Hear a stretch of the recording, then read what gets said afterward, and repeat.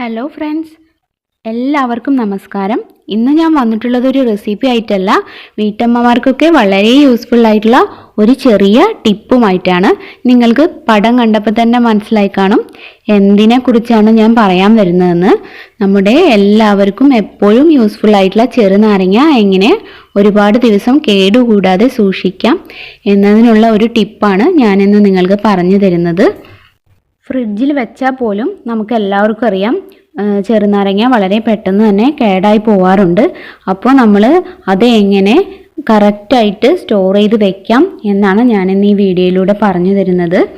പിന്നെ അതിനു മുൻപൊരു കാര്യം, നിങ്ങൾ ആരെങ്കിലും ആദ്യമായിട്ടാണ് എൻ്റെ ഈ ചാനൽ കാണുന്നതെങ്കിൽ ഇതിന് താഴെയുള്ള ചുവന്ന സബ്സ്ക്രൈബ് ബട്ടൺ ഒന്ന് പ്രസ് ചെയ്യുക. അപ്പോൾ അതിൻ്റെ റൈറ്റ് സൈഡിലായിട്ട് ഒരു ചെറിയ ബെല്ലൈക്കൺ വരും, അതുകൂടി ഒന്ന് പ്രസ് ചെയ്തേക്കുക. അപ്പോൾ ഞാൻ അപ്ലോഡ് ചെയ്യുന്ന എല്ലാ വീഡിയോസിൻ്റെയും നോട്ടിഫിക്കേഷൻസ് നിങ്ങൾക്ക് മൊബൈലിൽ ലഭിക്കും.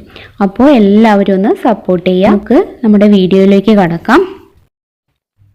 ഞാനിവിടെ കുറച്ച് ചെറുനാരങ്ങ എടുത്തിട്ടുണ്ട്. ഇപ്പോൾ ഈ കാണിച്ചു തരുന്ന ഈ ചെറുനാരങ്ങ ഞാൻ ഒരു മാസത്തോളമായിട്ട് ഫ്രിഡ്ജിൽ സ്റ്റോർ ചെയ്ത് വെച്ചിരുന്നതാണ്. ഇനി ഈ ചെറുനാരങ്ങ ഓരോന്നായിട്ട് ഒരു ഉണങ്ങിയ തുണി വെച്ച് നന്നായിട്ട് തുടച്ച് ഡ്രൈ ആക്കി എടുക്കണം.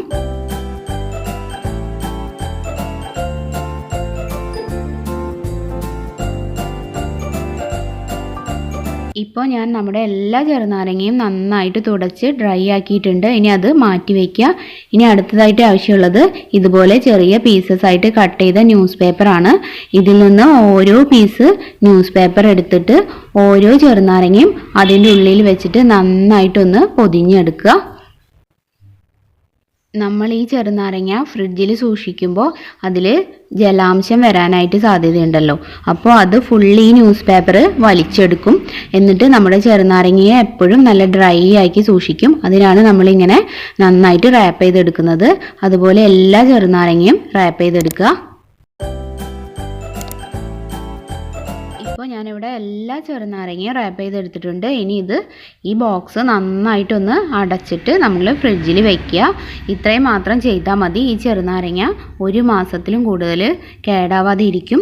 പക്ഷെ ഒരു കാര്യമുണ്ട്, നിങ്ങൾ ഇടയ്ക്ക് ഇത് ചെക്ക് ചെയ്യണം. ആഴ്ചയിൽ ഒരിക്കലെങ്കിലും എന്തായാലും ചെക്ക് ചെയ്തിട്ട് വെള്ളത്തിൻ്റെ അംശം ഇതിൽ കാണുകയാണെങ്കിൽ പേപ്പറൊന്ന് മാറ്റി വയ്ക്കണം. അങ്ങനെ ചെയ്യുകയാണെങ്കിൽ നമുക്കിത് ഒരുപാട് നാൾ കേടാവാതെ സൂക്ഷിക്കാൻ പറ്റും.